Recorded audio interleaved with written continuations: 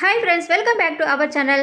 So நீங்கள் செய்யக்கூடிய veg non veg எல்லாத்துக்குமே ஒரே விதமான குழம்பு மிளகாய் தூள். ஸோ இந்த அளவுகளோட இந்த டிப்ஸை ஃபாலோ பண்ணி ப்ரிப்பேர் பண்ணி பாருங்கள். ஸோ நீங்கள் செய்யக்கூடிய எல்லா சமையலுமே ரொம்பவே டேஸ்ட்டாக இருக்கும். ஸோ நம்ம இன்றைக்கி செய்யக்கூடிய இதே அளவுகளோடு செய்யக்கூடிய குழம்பு மிளகாய் தூள் உங்களுக்கு வேணும் அப்படின்னு நினச்சிங்கன்னா ஸ்க்ரீனில் கொடுக்கப்பட்டுள்ள வாட்ஸ்அப் நம்பருக்கு நீங்கள் கான்டாக்ட் பண்ணலாம்.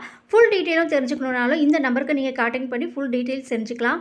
ஸோ இப்போலாம் எல்லாருமே வேலைக்கு போயிடுறாங்க அப்படின்றதுனால எல்லாராலையும் குழம்பு மிளகாய் தூள் அரைக்க முடியறதில்லை. ஸோ கண்டிப்பாக உங்களுக்கு வேணும்னா இந்த நம்பருக்கு கான்டாக்ட் பண்ணுங்கள் ஃப்ரெண்ட்ஸ். நம்ம வீடியோவில் சொல்லியிருக்கக்கூடிய இதே அளவுகளோட இதே மெத்தடில் உங்களுக்கு ப்ரிப்பேர் பண்ணி கொடுக்கப்படும். ஸோ நீங்கள் ஆர்டர் கொடுத்த 1 வீக்லேயே உங்களுக்கு ரெடி பண்ணி தரப்படும். ஸோ கண்டிப்பாக வேணுன்றவங்க கான்டாக்ட் பண்ணுங்கள். ஸோ வாங்க ஃப்ரெண்ட்ஸ், நம்ம எப்படி ப்ரிப்பேர் பண்ணலாம் அப்படின்னு பார்க்கலாம். ஃபர்ஸ்ட் நம்ம மிளகா மல்லியெல்லாம் வாங்கின உடனே வெயிலில் காய வச்சு எடுத்துக்கலாம். இதோடவே நம்ம கருவேப்பிலையும் சேர்த்துருக்கோம். நம்ம இன்றைக்கி 1.5 கிலோ மிளகா 1.5 கிலோ தனியாக காய வச்சு எடுத்துருக்கோம். இப்போ நம்ம ஸ்டவ் ஆன் பண்ணி ஒரு பேன் வச்சுக்கலாம். இதில் நம்ம சாதம் வடிக்கக்கூடிய அரிசி 150 கிராம் போல் நம்ம சேர்த்துருக்கோம். இந்த டம்ளர் அளவில் பார்த்திங்கன்னா 1.25 டம்ளர் போல் நம்ம சேர்க்குறோம். ஸோ இதை சேர்த்து நல்லா ஸ்டவ்வை மீடியம் ஃப்ளேமில் வச்சு நல்லா ரோஸ்ட் பண்ணிக்கிட்டே இருங்க.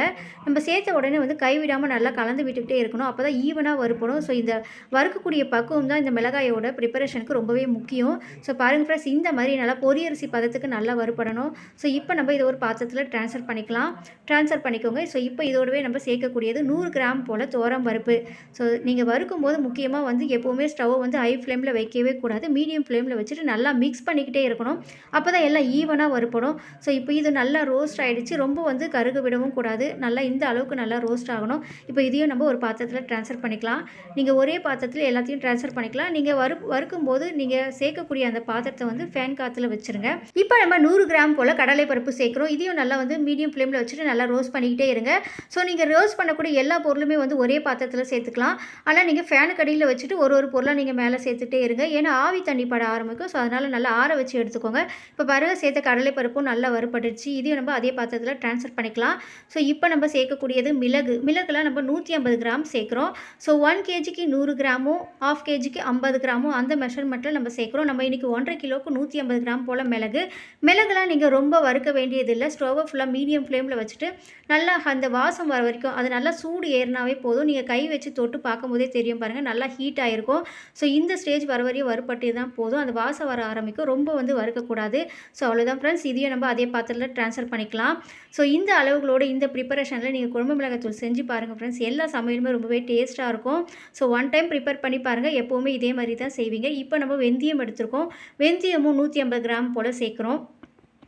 வெந்தயம் சேர்த்து நீங்கள் ரொம்ப நேரம் வறுக்கக்கூடாது. ஸ்டவ் ஃபுல்லாக மீடியம் ஃப்ளேமில் வச்சுட்டு நல்லா இந்த வெந்தயமும் நல்லா வாசம் வர வரைக்கும் நல்லா ஹீட் ஆனால் போதும். ரொம்ப நீங்கள் வறுக்க வேண்டியதில்லை. இப்போ பாருங்கள், நல்லா வறுபட்டுடுச்சு. இதையும் நம்ம அதே பாத்திரத்தில் ட்ரான்ஸ்ஃபர் பண்ணிக்கலாம். நமக்கு பருப்பு அரிசி வறுக்க தான் டைம் எடுக்கும். ஸோ இந்த வெந்தயம் கடுகுலாம் வறுக்கிறதுக்குலாம் ரொம்ப டைம் எடுக்காது. நீங்கள் போட்ட உடனே எடுத்துடலாம். அது ஹீட் ஆனாவே போதும். லைட்டாக வாசம் வர வரைக்கும் வறுத்திங்கன்னா போதும். ரொம்ப வறுக்கக்கூடாது. இப்போ நம்ம 150 கிராம் போல் சீரகம் சேர்க்கலாம். நம்ம மிளகு, சீரகம், வெந்தயம்லாம் 1.5 கிலோவுக்கு 150 கிராம் 1 கிலோவுக்கு 100 கிராம் மெஷர்மெண்ட்டில் சேர்த்திங்கன்னா கரெக்டாக இருக்கும். ஸோ இப்போ நம்ம சீரகம் சேர்த்துருக்கோம். 150 கிராம் போல் சேர்த்துருக்கோம். ஸோ நம்ம என்ன தான் நம்ம கடையில் குழம்பு மிளகாய் தூள் வாங்கினா கூட கண்டிப்பாக இந்த அளவுக்கு இந்த மாதிரி ப்ரிப்பேர் பண்ணி கொடுக்க மாட்டாங்க. ஸோ கண்டிப்பாக ஃப்ரெண்ட்ஸ், இந்த அளவுகளோட ரொம்ப ஹெல்த்தியான குழம்பு மிளகாய் தூள் வேணும் அப்படின்னு நினச்சிங்கன்னா கண்டிப்பாக இந்த வாட்ஸ்அப் நம்பருக்கு கான்டாக்ட் பண்ணுங்கள். இப்போ நம்ம சேர்த்த சீரகம் பார்த்திங்கன்னா நல்லா வாசம் வர ஆரம்பிச்சிச்சு. லைட்டாக அந்த வாசம் வர வரையும் வறுத்திங்கன்னா போதும். ரொம்ப வறுபட்டுச்சுன்னா அந்த மிளகாய் தூள் மருந்து வாசனை வர ஆரம்பிச்சிடும். ஸோ இந்த பக்குவம்லாம் ரொம்பவே முக்கியம், நம்ம வறுக்கக்கூடிய பக்குவம். ஸோ இப்போ சீரகமும் நம்ம அதே பாத்திரத்தில் ட்ரான்ஸ்ஃபர் பண்ணிட்டோம். கடுகு சேர்த்துருக்கோம். கடுகோட அளவு மட்டும் நீங்கள் 50 கிராம் குறைச்சிக்கலாம். 1.5 கிலோவுக்கு நம்ம 100 கிராம் கடுகு சேர்க்குறோம். சேர்த்து நல்லா கலந்து விட்டுக்கிட்டே இருங்க. கடுகு லைட்டாக அந்த வெடிக்கும். உங்களுக்கு கடுகு சேர்த்தோன்னு வெடிக்க ஆரம்பிக்கும். அந்த ஸ்டேஜில் நீங்கள் ஸ்டவ் ஆஃப் பண்ணிக்கலாம். கடுகு சேர்த்தோன்னு ஸ்டவ்வை ஃபுல்லாக லோ ஃப்ளேமில் வச்சுக்கோங்க. இப்போ பாருங்கள், நல்லா அது பொரிய ஆரம்பிக்கும். 1-2 பொரியும் போதே நீங்கள் ஸ்டவ் ஆஃப் பண்ணிக்கோங்க. ஸோ இந்த நம்ம வறுக்கிற பக்குவம் ரொம்பவே முக்கியம். ஸோ நம்ம ரோஸ்ட் பண்ணி அரைக்கும் போது தான் பார்த்திங்கன்னா மிளகாய் தூள் நல்லா வாசமாக இருக்கும், டேஸ்ட்டாகவும் இருக்கும். ஸோ சில பேர்லாம் அப்படியே வறுக்காமல் சேர்த்து அரைப்பாங்க. அந்த அளவுக்கு கிழம்பு மிளகாய் தூள் நல்லாவும் இருக்காது. சீக்கிரத்திலே உங்களுக்கு வண்டு பிடிக்க ஆரம்பிச்சிடும். ஸோ இந்த ப்ரிப்பரேஷனில் செஞ்சு பாருங்கள். கண்டிப்பாக உங்களுக்கு டேஸ்ட்டும் நல்லாவே இருக்கும். ரொம்ப நாளைக்கு உங்களுக்கு வண்டுகள்லாம் வராமல் நல்லாயிருக்கும். ஸோ இப்போ நம்ம ரோஸ்ட் பண்ண வேண்டிய பொருளெல்லாம் ரோஸ்ட் பண்ணிட்டோம். இப்போ நம்ம காய வச்சுருந்த மிளகாய் மல்லியும் நல்லா க்ளீன் பண்ணி பண்ணி எடுத்துக்கலாம். மிளகாயெல்லாம் நம்ம மேலோட்டமாக எடுத்துக்கலாம். தனியாவில் வந்து டஸ்ட்லாம் இருக்கும், அதையும் நம்ம புடச்சி க்ளீன் பண்ணி எடுத்துகிட்டு ஒரு பாத்திரத்தில் சேர்த்துட்டோம். இதோடவே நம்ம ரோஸ்ட் பண்ணி வச்சுருந்த பொருளெல்லாம் நம்ம சேர்த்துட்டோம். கருவேப்பிலையும் நம்ம ஆல்ரெடி கழுவி நல்லா வாஷ் பண்ணி காய வச்சு எடுத்துருக்கோம், அதையும் சேர்த்துக்கலாம். ஸோ ரொம்பவே ஹெல்த்தியான ப்ரிப்பரேஷனில் இந்த குழம்பு மிளகாய் தூள் நம்ம ரெடி பண்ணுறோம் ஃப்ரெண்ட்ஸ். டேஸ்ட் வேறு லெவலில் இருக்கும். ஸோ கண்டிப்பாக நீங்கள் ட்ரை பண்ணி பாருங்கள். ஸோ இதோடவே நம்ம குழம்பு மஞ்சள், அதாவது கொம்பு மஞ்சள் அப்படின்னு சொல்லுவாங்க, அந்த மஞ்சள் நல்லா இடித்து காய வச்சு எடுத்துருக்கோம். 100 கிராம் போல் அதையும் இதோடு சேர்த்துக்கலாம். இப்போ இதெல்லாம் நம்ம சேர்த்துட்டோம். மிளகாயும் நல்லா க்ளீன் பண்ணி எடுத்துகிட்டு வந்துட்டோம். மல்லியும் நம்ம நல்லா டஸ்ட்டெல்லாம் க்ளீன் பண்ணி சேர்த்துட்டோம். இப்போ இதை நம்ம மிஷினில் கொடுத்து அரைச்சி எடுத்துகிட்டு வந்துடலாம். ஸோ நம்ம இன்றைக்கி ப்ரிப்பேர் பண்ணக்கூடிய அளவு 1.5 கிலோ மிளகாய், 1.5 கிலோ தனியாக்கு இந்த அளவுகள் நம்ம சேர்க்கணும். ஸோ இப்போ பாருங்கள் ஃப்ரெண்ட்ஸ், அரைச்சி எடுத்துகிட்டு வந்துட்டோம். மிளகாய் நல்லா வாசமாக இருக்குது. ஸோ டேஸ்ட்டும் ரொம்பவே நல்லாயிருக்கும். ஸோ கண்டிப்பாக நீங்கள் இந்த அளவுகளோட ப்ரிப்பேர் பண்ணி பாருங்கள். வேணுன்றவங்க இந்த நம்பருக்கு காண்டாக்ட் பண்ணுங்கள்.